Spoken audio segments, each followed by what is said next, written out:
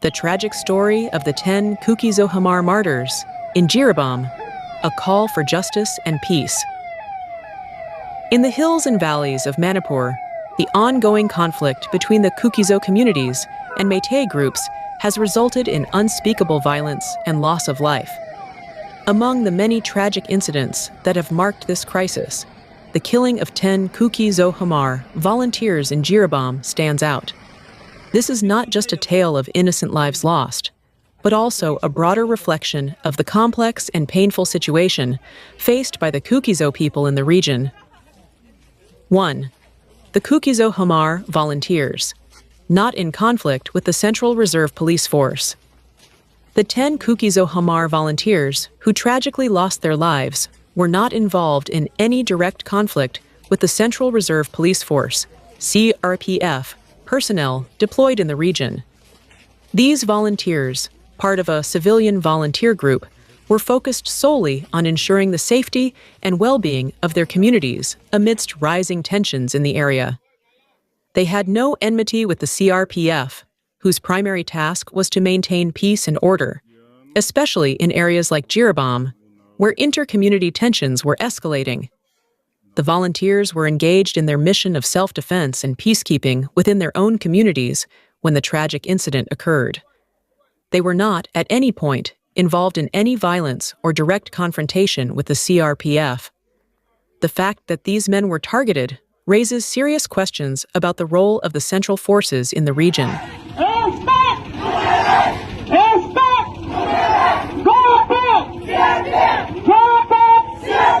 2. The encounter with Meitei terrorist groups and indiscriminate firing by CRPF. The incident occurred when these 10 Kuki-Hamar volunteers were caught in an encounter with a Meitei terrorist group operating in the area.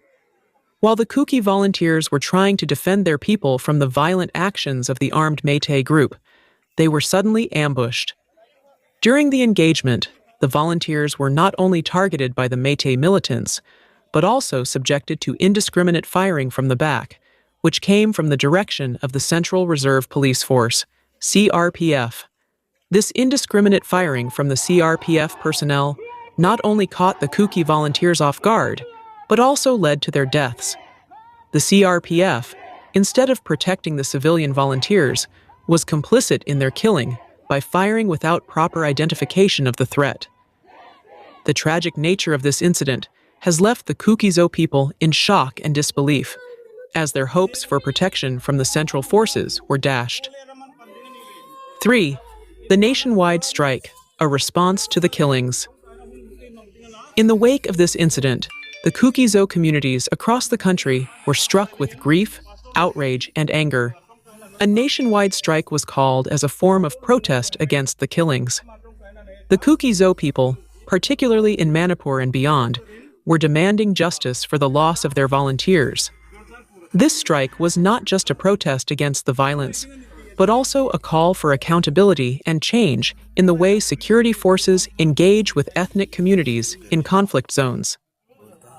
The strike reflected the deep sense of injustice felt by the Kuki people, who believe that their community has been unfairly targeted and sidelined by both the Meitei groups and the Central Forces. The Kuki people are united in their demand for justice for the 10 martyrs, and their call for a solution to the ongoing crisis that has plagued the region for decades. 4. Central Forces, mending buffer zones or taking sides.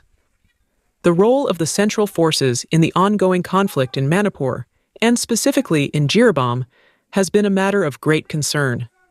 Officially, the deployment of the CRPF in the region was meant to create buffer zones between the Kuki people and Meitei communities. The intent was to separate the conflicting groups and prevent further violence. However, the tragic incident involving the 10 Kuki-Hamar volunteers has raised serious doubts about the effectiveness and neutrality of these forces. Instead of acting as impartial peacekeepers, many in the Kuki community feel that the CRPF has unfortunately taken a sideline with the Meitei forces. The CRPF's indiscriminate firing at the Kuki volunteers during their confrontation with Meitei terrorists only reinforces this perception. To the Kuki-Zo people, it seems that the central forces are not as neutral as they should be, and their actions have further fueled the mistrust between the Kuki-Zo and Métis communities. While the role of the central forces in maintaining peace is important, their actions and behavior during incidents like the one in Jiribam raise the question of whether they are truly fulfilling their role as peacekeepers or whether they are inadvertently exacerbating the conflict.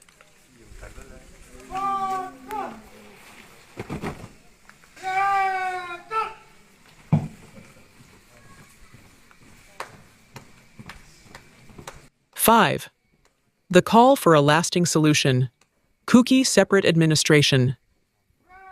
The tragic loss of the 10 Kuki-Zo Hmar volunteers in Jiribam has only reinforced the belief among the Kuki-Zo people that a lasting solution to the conflict between the Kuki and Métis communities lies in the creation of a separate administration for the Kuki people.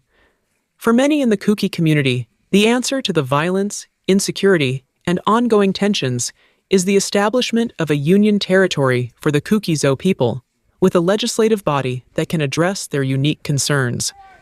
This proposed union territory would offer the Kuki-Zo people a greater degree of self-governance and ensure that their voices are heard in decisions that affect their communities.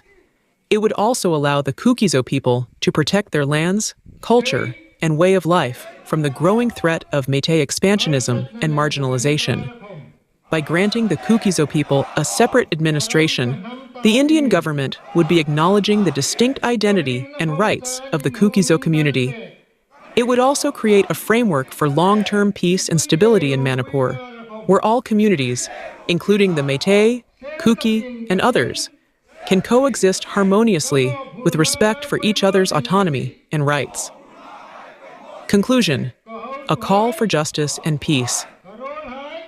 The tragic deaths of the 10 Kuki-Zo Hmar volunteers in Jiribam have left a deep scar on the Kuki-Zo people. These men died not because of their own actions, but because of the indiscriminate firing from the CRPF, which should have been protecting them, and because of their brave stand against the Métis terrorist groups who were threatening their communities. Their deaths have highlighted the deep divisions in Manipur and the failure of the current political and security systems to provide lasting peace for all communities. As the Kuki-Zo people continue to mourn their martyrs, they also continue to demand justice and a fair and lasting solution to the conflict. The establishment of a separate administration for the Kuki-Zo people, in the form of a union territory with a legislature, is seen by many as the only viable solution to ensure peace, security, and justice for the Kuki people in the long term. This tragic event serves as a powerful reminder that the pursuit of peace in Manipur must be rooted in understanding, respect, and the recognition of the distinct identities of all its people. Only then can a path to lasting harmony be forged, and the sacrifices of those who lost their lives be honored.